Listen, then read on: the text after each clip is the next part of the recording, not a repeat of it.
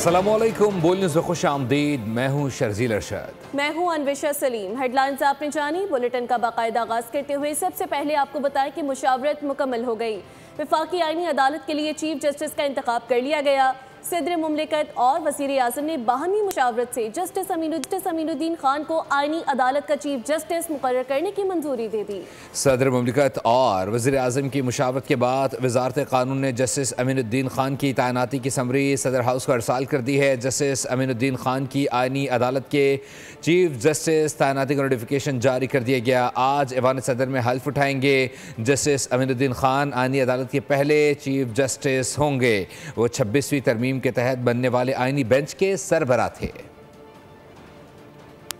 Supreme court के senior तरीन जज जस्टिस मंसूर अली शाह और जस्टिस अतर मिनुल्लाह ने इस्तीफा दे दिया। जस्टिस मंसूर ने 27वीं आईनी तरमीम को दस्तूर पाकिस्तान पर संगीन हमला करार दे दिया। जस्टिस अतर मिनुल्लाह ने कहा कि जिस आइन के तहफ़्फ़ुज़ का हल्फ लिया था आज वो बाकी नहीं रहा। दोनों जजेस ने मरआत वापस कर दी। इस्तीफे सदर मुमलिकत को मौसूल हो गए। सीनियर जज ने 27वीं आईनी तरमीम को आईने पाकिस्तान पर एक संगीन हमला करार देते हुए कहा कि मैंने इदारे की इज्जत, ईमानदारी और दियानत के साथ खिदमत की। मेरा ज़मीर साफ है और मेरे दिल में कोई पछतावा नहीं है और सुप्रीम कोर्ट के सीनियर तरीन जज की हैसियत से इस्तीफा पेश करता हूँ। जस्टिस मंसूर अली शाह ने कहा कि मुल्क की आला तरीन अदालत को मुनक़सिम करके अदलिया की आज़ादी को पामाल करने से मुल्क को दिहाइयों पीछे धकेल दिया गया। इस नाजुक मोड़ पर मेरे लिए दो ही रास्ते हैं। सुप्रीम कोर्ट के दूसरे जस्टिस अतर मिनुल्लाह ने भी इस्तीफा दे दिया। लिखा, अपना यूनिफॉर्म और गाउन आज आखिरी बार उतार रहा हूँ। जिस आइन के तहफ़्फ़ुज़ का हलफ लिया था वो अब बाकी नहीं रहा। आज मेरा हलफ मुझे इस्तीफा देने पर मजबूर कर रहा है। मौजूदा हालात ने साबित किया कि आइन अब अपनी रूह खो चुका है। ये ओहदा और लिबास मेरे लिए इज्जत का बाइस थे। और सुप्रीम कोर्ट के सीनियर जजेस के मुस्ताफ़ी होने का मामला। लीगी रहनुमा राना सनाउल्लाह ने कहा है कि हमारा मौक़िफ़ दुरुस्त साबित हो गया है। दोनों जजेस का ज़ाती और सियासी एजेंडा था।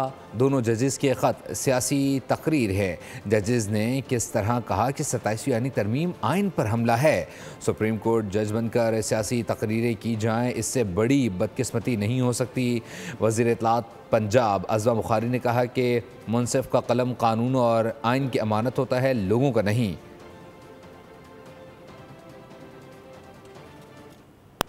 लॉ एंड जस्टिस कमीशन के रुकन मखदूम अली खान ने भी ओहदे से इस्तीफा दे दिया। चीफ जस्टिस को इरसाल इस्तीफे में लिखा आईनी तरमीम के बाद नौजवान वकला के चेहरों पर छाई उदासी को देख और महसूस कर सकता हूँ। ख्याल था कि 26वीं तरमीम के बाद भी जवाल से बचना मुमकिन है, लेकिन मैं हकीकत से बेखबर था। 27वीं तरमीम ने आज़ाद अदलिया का जहाज़ मुकम्मल डबो दिया। आज़ाद अदलिया तबाह हो चुकी, अब कानून और इंसाफ कमीशन का हिस्सा नहीं रह सकता। 27वीं आईनी तरमीम के मामले पर chief justice of Pakistan justice Yahya Afridi ने फुल कोर्ट इजलास बुला लिया है। ज़राए के मुताबिक फुल कोर्ट इजलास नमाज जुम्मा से कबल होगा। सुप्रीम कोर्ट के 3 जजेस ने फुल कोर्ट इजलास के लिए चीफ जस्टिस को ख़त लिखा था। इजलास में 27वीं आईनी तरमीम पर बात होगी। अपडेट करें, 27वीं आईनी तरमीम के मामले पर chief justice of Pakistan justice Yahya Afridi ने फुल कोर्ट इजलास आज बुला लिया है। कौमी असम्बली ने supreme court practice and procedure act भी मंजूर कर लिया। प्रैक्टिस एंड प्रोसीजर से मुतालिक शिक 191A को निकाल दिया गया। Supreme court practice and procedure तरमीमी बिल भी कसरत राय से मंजूर कर लिया गया। बिल वज़ीर कानून आज़म नज़ीर तारिक ने पेश किया। मुकदमात सुनने के लिए बेंच बनाने का इख्तियार चीफ जस्टिस की सरबराही में 3 रुकनी कमेटी को दे दिया गया। कमेटी में चीफ जस्टिस, सुप्रीम कोर्ट के अलावा सीनियर तरीन जजेस भी शामिल होंगे। और आर्मी चीफ अब चीफ ऑफ डिफेंस फोर्सेस भी होंगे। ओहदे की मुद्दत 5 साल होगी। कौमी असम्बली में आर्मी एक्ट तरमीमी बिल मंजूर कर लिया गया। नए नोटिफिकेशन के बाद आर्मी चीफ की मुद्दत दोबारा से शुरू होगी। आर्मी चीफ ऑफ डिफेंस की हैसियत से पाक फौज के तमाम शोबों की रीस्ट्रक्चरिंग और इंतजाम करेंगे।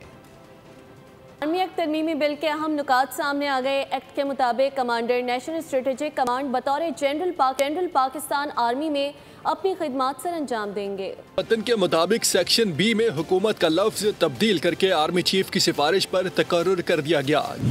वाइस आर्मी चीफ अपने इख्तियारात और फराइज आर्मी चीफ की हिदायत की रोशनी में अंजाम देंगे। तरमीमी एक्ट के बाद क्लॉज 8G में चीफ्स ऑफ स्टाफ कमेटी का ओहदा 27 नवंबर 2025 से ख़त्म तस्वर होगा। वज़ीर-ए-आज़म चीफ ऑफ डिफेंस फोर्सेस की सिफारिश पर 3 साल के लिए commander of national strategic command का तकर्रुर करेंगे। कमांडर नेशनल स्ट्रेटेजिक कमांड की तकर्री, दोबारा तकर्री या तोसी को किसी भी अदालत में चैलेंज नहीं किया जा सकेगा। कमांडर नेशनल स्ट्रेटेजिक कमांड बतौर जनरल पाकिस्तान आर्मी में अपनी खिदमत सर अंजाम देंगे। 27वीं तरमीम की दोनों ऐवानों से मंजूरी। सदर मुमलिकत आसिफ अली जरदारी ने तरमीम बिल पर दस्तखत कर दिए। अपडेट करें, सदर मुमलिकत के दस्तखत के बाद बिल आइन का हिस्सा बन गया। इससे कबल सेनेट और कौमी असम्बली ने 27वीं तरमीम को 2/3 अक्सरियत से मंजूर किया था। आज सुप्रीम कोर्ट के 2 जजेस ने इस्तीफा दे दिया। हम कोशिश कर रहे हैं कि जमहूरियत चले। तहरीक इंसाफ के चेयरमैन बैरिस्टर गौहर का कहना है कि ऐसे फैसले होंगे तो मुल्क कौम में इंतशार होगा। सुप्रीम कोर्ट ऑफ पाकिस्तान रह गया लेकिन चीन नहीं रहा। हम हर हाल में अदलिया को महफूज करेंगे।